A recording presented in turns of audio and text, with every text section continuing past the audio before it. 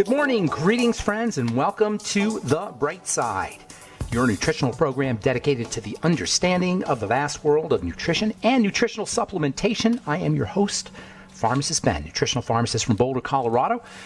I use nutritional supplements where other healthcare practitioners use toxic pharmaceutical drugs and sometimes deadly medical procedures. If you suspect that there are natural nutritional roads to your health and vitality and well-being and to addressing your health challenges, whatever they may be, but you don't know where to begin, you have come to the right place.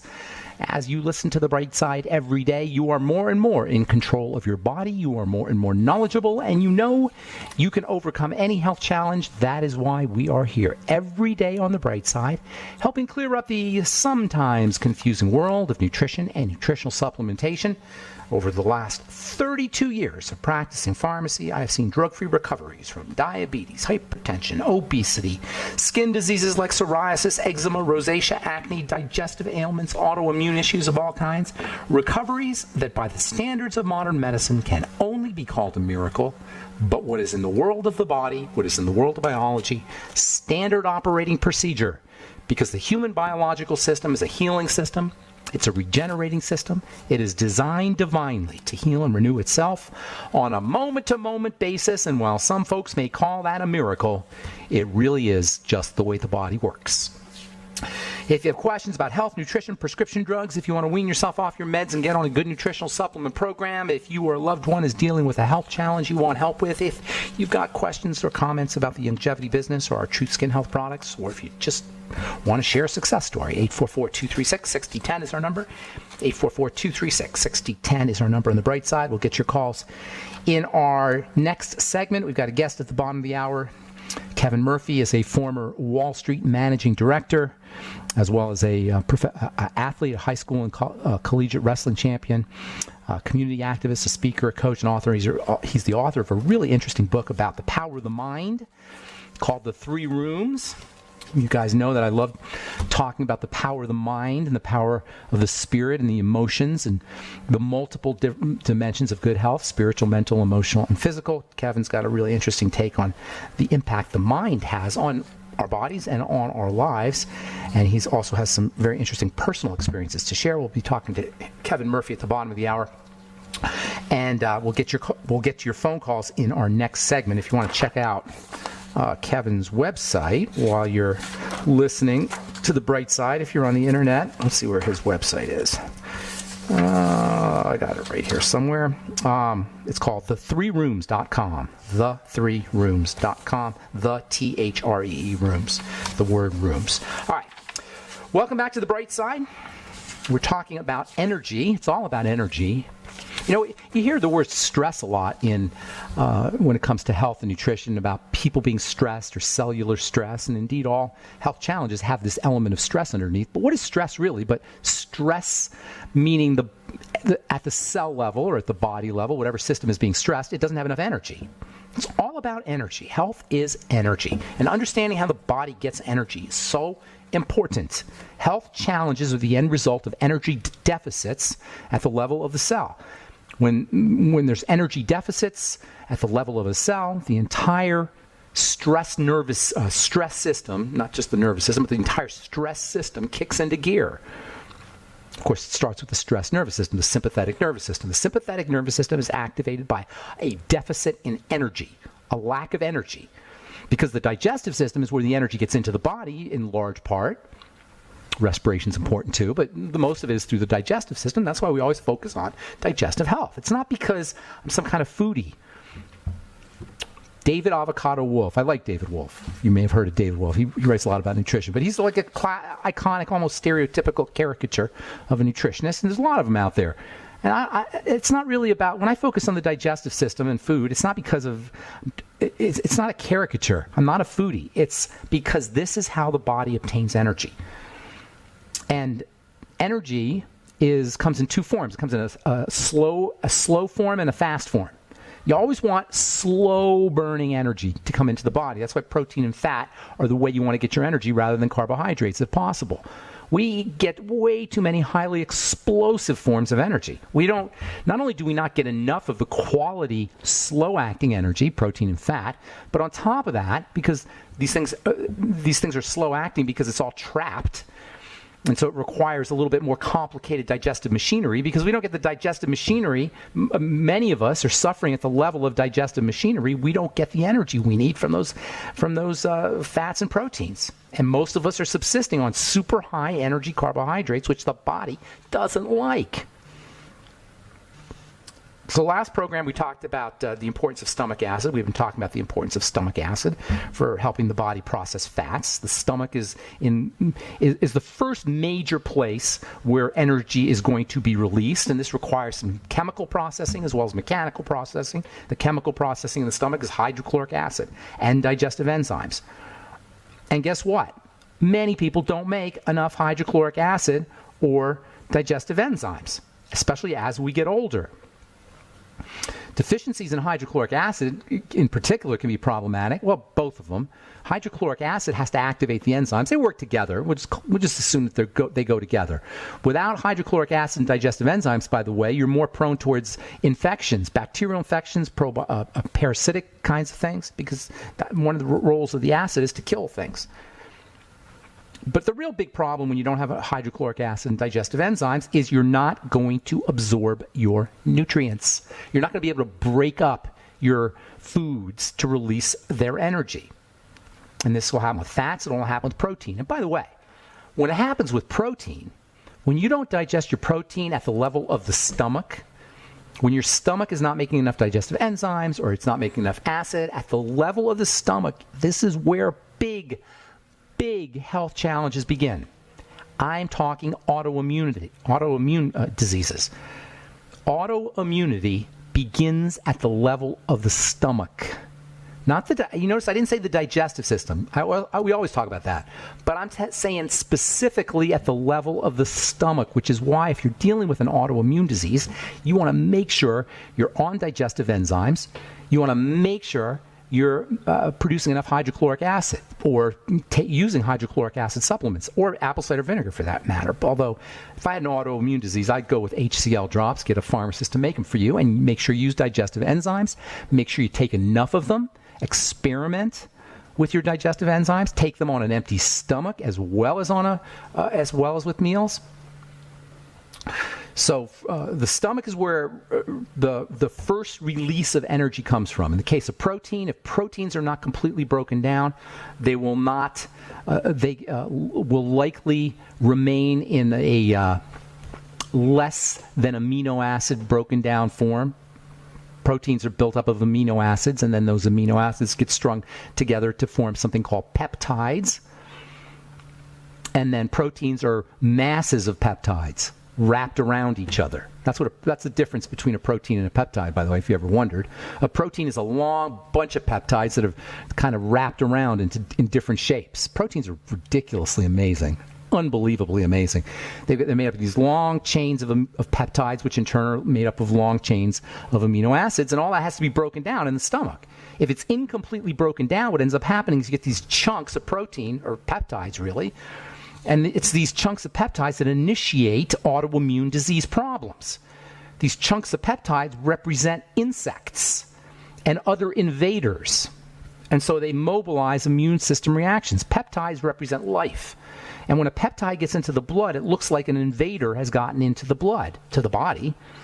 When an amino acid gets into the blood, that's used. But when a peptide gets into the blood, it can activate major defenses. It's like red alert, like that. Remember that program, that old kids show, Lost in Space? Warning, Will Robinson! Warning, warning, warning! That's what happens when a peptide that's incompletely digested gets into the blood, and that sets off a big problem. It happens once or twice. That's not the end of the world.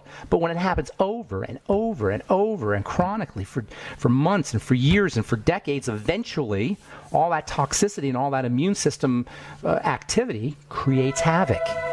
That's called an autoimmune disease. If you ever wonder why that happened, so what's the answer? Work at the level of the stomach. All right, I'm Pharmacist Ben.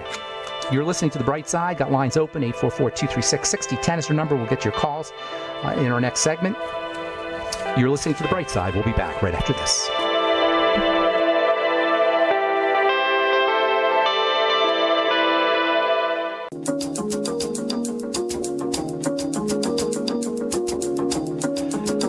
Okay, we're back on the bright side. I'm Pharmacist Ben. Got lines open, 844-236-6010, 844-236-6010.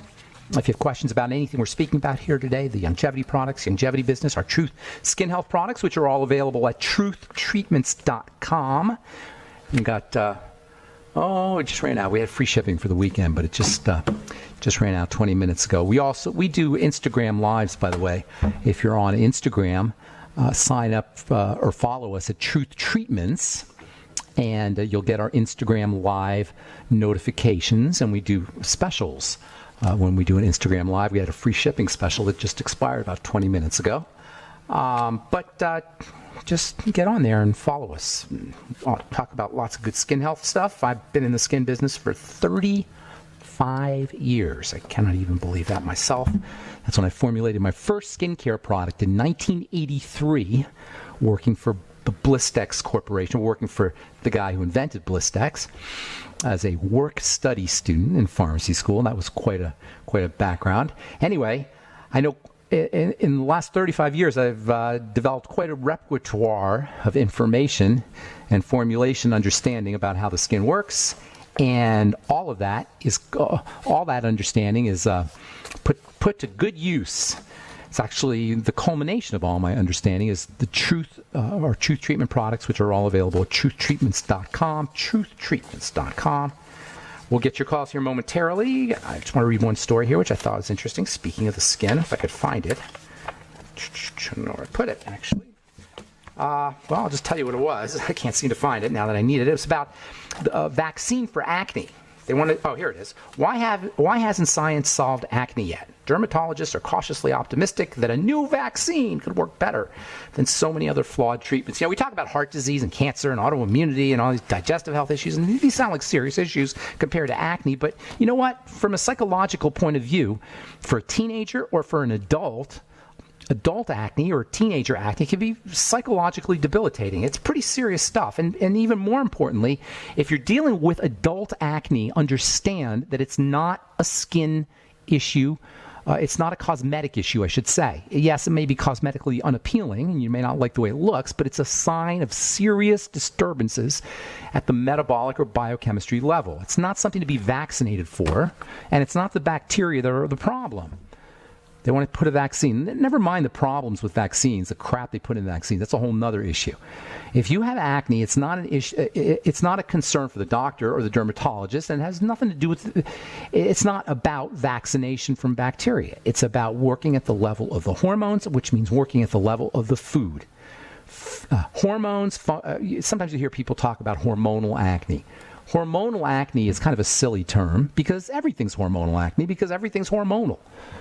However, there is food acne, and that is how hormones are manipulated. So you can have everything's hormones, but really what you want to do if you have hormone problem, that doesn't help you to know it's hormonal acne. If you have hormonal acne, you have food acne. That helps you because that you can work with. And digestive health in addition to food. And that's how you want to address all health challenges. And I know I'm running the risk here with every day that I talk about food and the digestive system of being a one-trick pony. And that Ben here just talks about digestion and food for everything. Well, guess what? It is everything, including and especially skin health problems, by the way. All right, 844-236-6010 is our number. Got Kevin Murphy coming up at the bottom of the hour, so we'll take your calls this segment. Let's see what my buddy Carl, the Truth Raider, has to say. What's up, Carl? How you doing? Good Monday morning, Ben. Yeah, I want to talk about exfoliation. I had a very unusual experience with exfoliation. What's going on? Not exfoliation, exfoliation. Exfoliation, okay. There you go.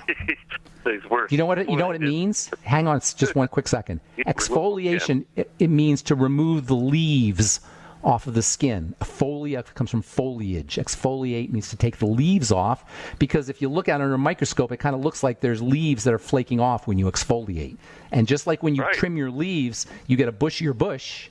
When you exfoliate, you get bushier skin. You get thicker, stronger, better, healthier skin. So it's very important to exfoliate.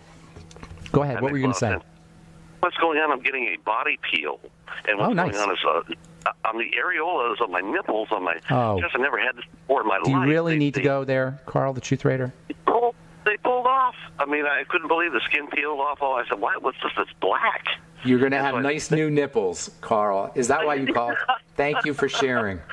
All right. Yeah. I'm going to try. I want to see if we get one more call here from Santa Cruz. Don't mean to hang up on you, but goodbye for now. Tony in Santa Cruz, good morning. What's up, buddy? Oh, really? Tony. What's up, Tony? Oh, really? Hey, I'm 83 this morning. Happy birthday. Thank you. And you don't sound a day over 82 in 364 days. You sound exactly like you sounded yesterday. Isn't that interesting how the little man inside us is always the same no matter how old we are? That is very true. Yeah. Isn't that interesting? Isn't that little voice? I don't know if it's a man, but the little voice, isn't that the same voice that was there when you were 10 and 20 and 30 and 40? No. 18. I'm starting to chase women again. Oh, you are? Yeah. Oh. Yeah. I'm not okay. Well, I know there's a lot of eligible septuagenarian ladies in Santa Cruz. Absolutely. I met a lot of them yesterday in Monterey. Anyway, okay. I was wondering, I had a fantastic gas problem last week. I traveled down to San Diego and came back. But it doesn't bother me because I'm living alone. But do you miss out on nutrition when you create this tremendous volumes of gas most I've ever had? Well, tremendous volumes of gas are a sign of malabsorption of something that's not getting processed correctly. A little bit of gas is pretty normal, but a little bit. This is fantastic. This is awesome. Yeah. No, if it's fantastic, I don't know if I'd describe it that way, but anyway, that's an issue. That's a malabsorption issue. That's a sign of dysbiosis, maybe messed up gut bacteria. Sometimes if you eat the wrong food, especially sugary, starchy foods, you can throw off the bacterial flora pretty quickly, and that can definitely do it. Some people have a problem with just fiber, just plain old fiber. They'll get gassy. That's a sign that there's some stuff going on, definitely. I'd be getting on a really dense probiotic supplement for a while, maybe 100 billion units a day, eating fermented things like kimchi. Get yourself some kimchi and start munching down on that. Go to the health food. But I've been doing all those things. Oh, you have? You still have the problem? Lots of fermented, you may be doing too much. You may be doing more than you can handle. That might be. You may be doing too much. You also might have some acid problems. Acid can also create changes in the gut bacteria that can lead to that. So maybe things like hydrochloric acid or apple cider vinegar with your meals, digestive enzymes, working at the level of the stomach, which precedes the intestine. Have you heard of this thing called small intestinal bacterial overgrowth, SIBO? No, sir. No. Okay. Well, you will be. That's one of those. I've been doing all these things. Eating a lot of probiotics. I back down off the probiotics for one. If you've been doing a lot, okay, yeah. And then are you doing a lot of apple cider vinegar? Too much, maybe. No, I don't think that would do it. No, I don't think the apple cider vinegar would do it. But the probiotics, maybe it's an outside chance. You've been, and it just came on all of a sudden. Yes, it's the most I've ever had in my. That sounds like something you're doing. That sounds like something you're doing rather than something gradual. Got to go, Tony. Hope I helped you out, buddy. Okay, thank you. All right, man. All right. We are going to talk to Kevin Murphy in our next segment. He's the author of a really cool book called The 3 Rooms. Check it out at the3rooms.com. We'll take a commercial break and come back with Kevin Murphy, author of The 3 Rooms, right after this.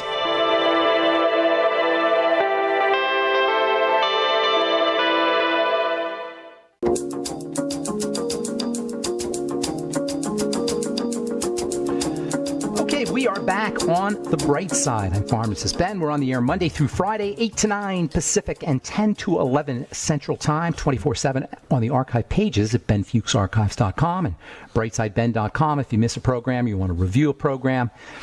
If you want to share a program with somebody or on a specific topic, we have search engines up at benfuchsarchives.com and brightsideben.com. And, of course, you can purchase longevity products at brightsideben.com, pharmacistben.com, or criticalhealthnews.com. Or you can call 866-735-2470, 866-735-2470 for more information.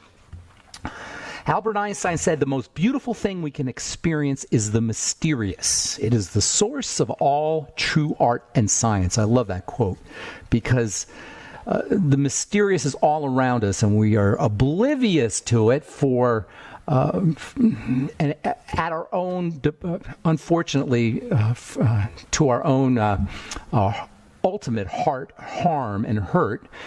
by not experiencing the mysterious, not only do we deprive ourselves of the source of all true art and science, but we really become held hostage to it in a way. And by that I'm referring to the mysteries of the mind. We are held hostage to the mysteries of the mind if we do not at least begin to observe it in action. And that is what my guest, Kevin Murphy, in his book, The Three Rooms, talks about. Change your thoughts, change your life. I know you've all heard that before. Many of you have heard that before. It's been out there in the zeitgeist since the 1920s or 1930s at least, with Napoleon Hill and Think and Grow Rich, etc. But Kevin really presents a very interesting twist and really simplifies the whole subject, and he does it in a very, very compelling way in his book, The Three Rooms. Please welcome to The Bright Side, Kevin Murphy. Hey, Kevin. Hey, Ben, how you doing? I'm doing great. Good to talk to you again. Thank you for having me on. So listen, a couple things before we get into the book. One of the most important things I think about your message is your background, your history. You're a former Wall Street managing director. You're a wrestling champion. You're a community activist. And you do a lot of things in the profane world and the mundane world, but you bring a lot of really esoteric information to bear in your book, The Three Rooms. And I think that gives you a lot more credibility, by the way.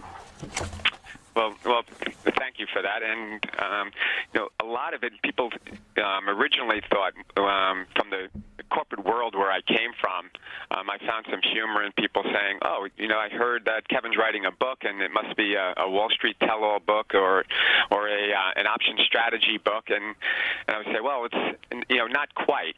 And I think we all have personal experiences that we go through. And, I had a 33-year career on Wall Street, but through that there was a lot of mergers. And in each merger you learn a lot about yourself and about other people.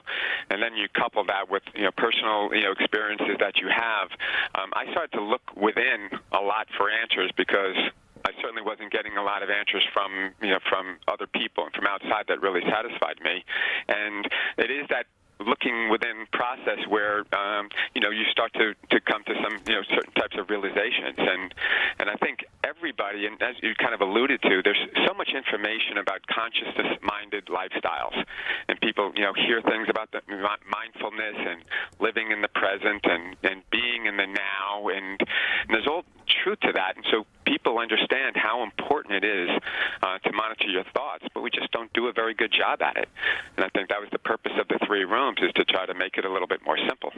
Hey, would you say mindfulness is the same thing when you talk about observing your thoughts? Would you say mindfulness is really being mindful of your thoughts, or is it being mindful of everything, or is it being mindful of your body, or is it what exactly do you mean by mindfulness? And by the way, you do know, I'm sure you know this, that Johns Hopkins University and UCLA School of Medicine and Yale School of Medicine are all using mindfulness for their physicians as a way of healing the body. So when you say mindfulness, are you referring to the body, you're referring to the mind, you're referring to your experiences? What are you referring to exactly? Or observing, I should say.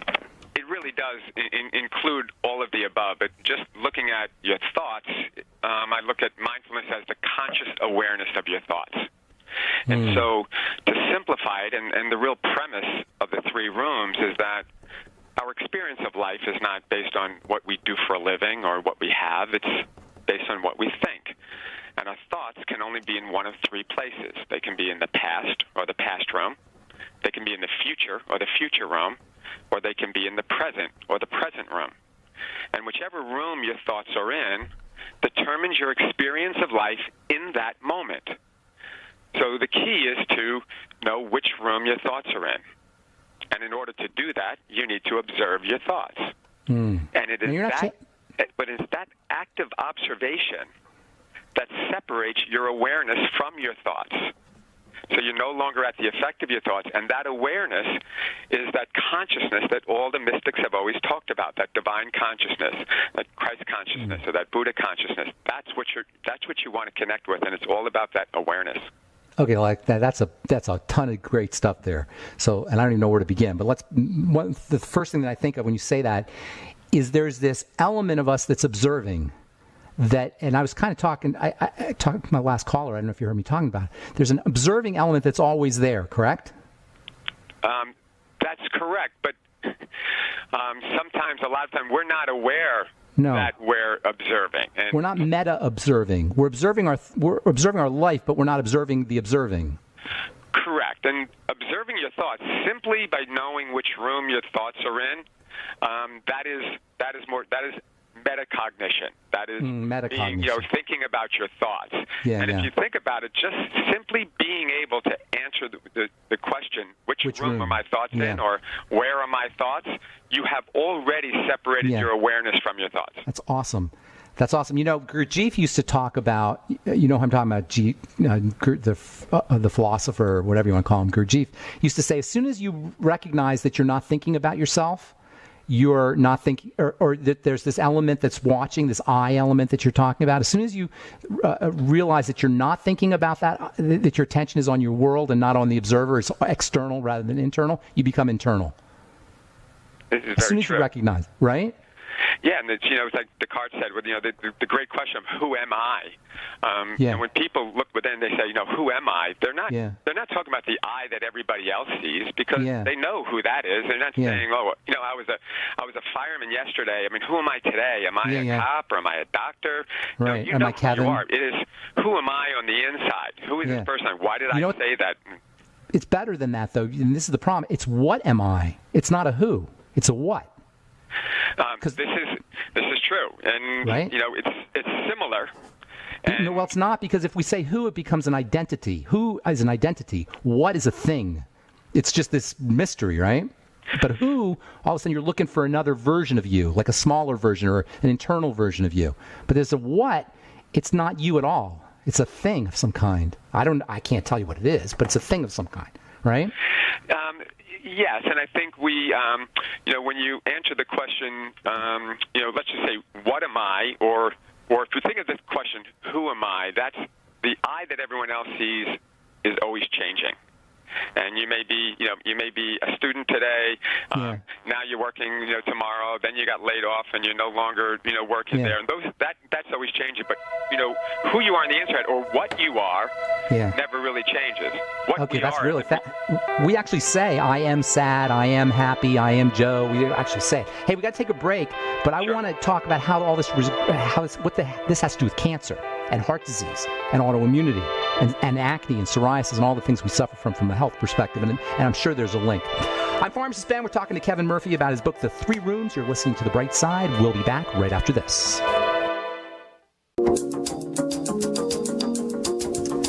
Okay, we are back on The Bright Side. We're talking to Kevin Murphy. His book is The 3 Rooms, and his website is the3rooms.com. Before we went to break, Kevin, we were kind of getting a little bit abstract, but I think it's important to do that, talking about this ineffable watcher what thing that's back in the back of your head.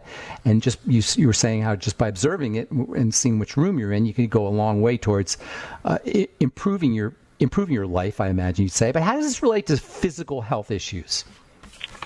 Well, I think, when it comes to health, Ben, it's you can't underestimate the power of thoughts and emotions. And when you think of things, if you look at cancer and you look at, one is from the prevention side, the thoughts and emotions can really help you in a preventative way. And from a treatment or a healing, it's the marrying of your thoughts and emotions can go a long way towards health. And really, one word can make all the difference in your thoughts and emotions. And it's what you add to the I am. And you mentioned that kind of an I am statement. Some people say, I am not this or I am not that. And so if your desire is to be healthy, whether you already have been diagnosed with something or not, and you're saying, the thought of I am healthy is, the I am is defining, that's your awareness of being. And what you say after I am. What you say after the I am. It is everything, and what we tend to do is say, I am not. And so you want to be healthy, but you've been diagnosed with some form of cancer, and you keep in your mind saying, I am not healthy now. And that's because that's what they've said, and I've got to get sick, I got to get better, and I have to do all these things, and in your head you keep saying, I'm not healthy now, and you keep telling people, I have cancer, I'm not healthy. And that not continues is the biggest hindrance to us actually actually achieving that which we desire, which is health. And so we need to remove the not. And what you're left with is I am. Now, I am healthy is so much more powerful than I am not healthy. Right. But still, it's not enough. You know, if you don't believe it, then it's just words.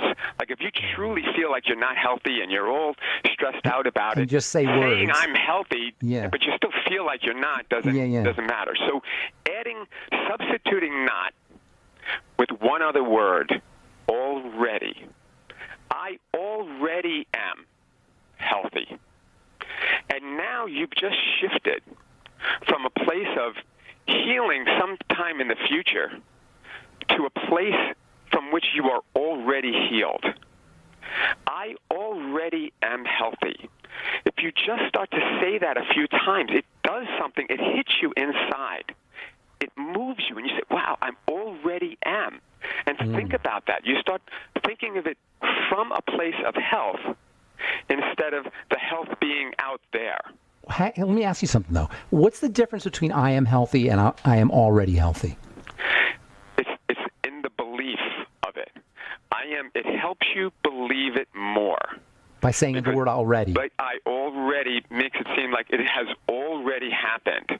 And it's very simple. If you believe it, you can say, I am healthy. And if you truly believe it, then it is the marrying of the thoughts and emotions that makes it happen and heals. And this is what, you have the three amigos, Dr. Greg Braden and Bruce Lipton and Joe Dispenza, and these guys talking about, epigenetics, how the thoughts affect your biology and neuroplasticity and how your thoughts affect, the brain.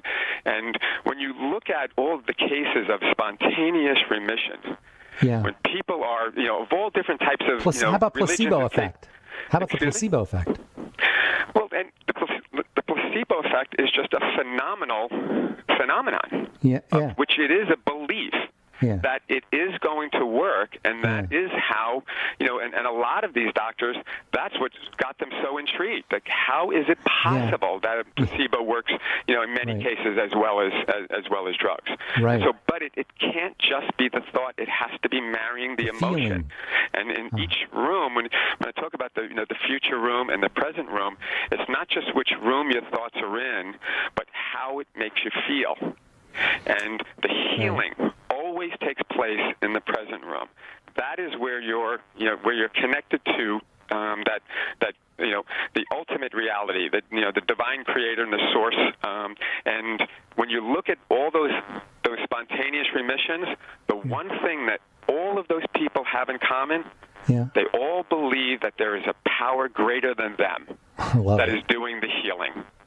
And so whatever it is, that's not religious, and that's everything. It's just there is a power greater than them. I call it the divine intelligence. That's all you need to know. I agree. It's you divine can do whatever intelligence, you want it to be. And it's always in the present room. Yeah. And it's always us. It's the thought of I am not that pulls us out. Okay, let me ask you something. Does thought itself? And by the way, I love this link of thought and feeling. I think it should be one word. It's like two sides of a coin, heads and tails. One leads to the other, which leads to the other, which leads to the other. So I like the way you did that. But as far as this present room goes that you're talking about, does thought itself take you out of the present room? Is the present room before thought? Absolutely. We came into this world. I mean, we, from this, let's call this divine intelligence that we all came from, and now we're here. And you look at a baby, be like little children. You look at the pure joy of a child, and what makes them start to stress out, or makes them start thinking, and it's just thought. So, what is meditation? I mean, meditation is invaluable because it is the absence of thoughts. It brings you back into the present room. Well, here's the couple things I was going to tell you. Present means before thought, right? Present. Pre-sent, sentience, before thought. So present itself to me implies before thought. But then I was just reading about Sam Darnold, the football player. Have you heard about him? The kid? Sure. He's going to be playing tonight for the Jets. Great. He's a meditator. Did you know that? Yeah, he's a big time meditator, and he went to sport. He one of his best one of his gurus, I guess you'd say, is a sports psychologist who uses meditation. Russell Wilson meditates. But I mean, high-powered people use meditation. as a tool. High-powered people use all the tools that they can get, and meditation is such a wonderful tool. Talk about that real quick, and I want to ask you, we're not going to have time, but just talk about meditation real quick, how that works and plays into this whole thing. Well, and once again, meditation is the absence of thoughts. And so when we want to connect to that, that higher consciousness that literally makes everything possible for us, it's only our thoughts that pull us in either direction. And, when we have 60 to 70,000 thoughts per day, it's constantly pulling us all over the place, and it's our perception of those thoughts too that cause those emotions and those negative emotions. And so, from a meditation standpoint, to be able to be aware of your thoughts and be able to accept the thoughts, because we want inspired ideas, we want those thoughts to come in, and that comes from that point of meditation once you quiet the mind. But people give meditation so little chance because they sit down and they're kind of constantly thinking of things, and I can't tell you how many times I've heard people say, yeah, I've tried meditation, but it doesn't work for me. Well, it's not that it doesn't work, it's just you haven't given it much of a time, and all of these other resistant thoughts keep coming into your head, and they're bombarding you. But once you start to repel those resistant thoughts, all of a sudden, and you quiet the mind, then the inspired ideas start to come. And that's what you want to let in.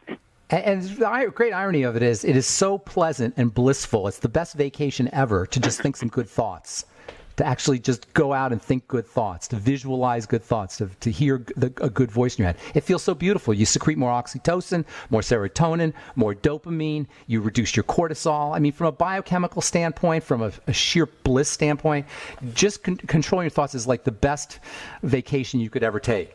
I wanted to talk to you about my favorite chapter in the book, which is the movie theater. If you could talk about it really, really quickly, and then give a plug for your website and anything else you're doing. Okay, well, I think the movie theater is probably the most important chapter in the whole book, because it is our experience of life. It is how our thoughts and emotions, what we project out, what that creates for us, and that is that experience, that we are all going through. And whether we admit it or not, we are all actors in the movie of our life. Shakespeare said that. As we're going through that, and this is what we are experiencing, and it is all based on what we're thinking and what we're feeling in any moment. And so we're constantly stressed. It's the background music. You think it's the soundtrack? Our thoughts are the soundtrack of the movie of our life? This is true, and it's what we're projecting out, and that's what we're seeing, and we're participating in that. Hey, real quick, we're out of time, Kevin. Real quick, tell us your website and any presentations you're doing, how people can get a hold of you. Sure, it's www.the3rooms.com. It's on Facebook and Twitter. Do you do presentations? Murphy 3R and YouTubes. Do you have any YouTubes or presentations? No YouTubes yet, but they should be coming. All right, good. So good to talk to you, Kevin. Thanks so much. The book is The 3 Rooms, author Kevin Murphy. Thanks for listening to The Bright Side. Have a wonderful, beautiful, awesome, spectacular day. I'm Pharmacist Ben. We'll talk to y'all later. Bye for now.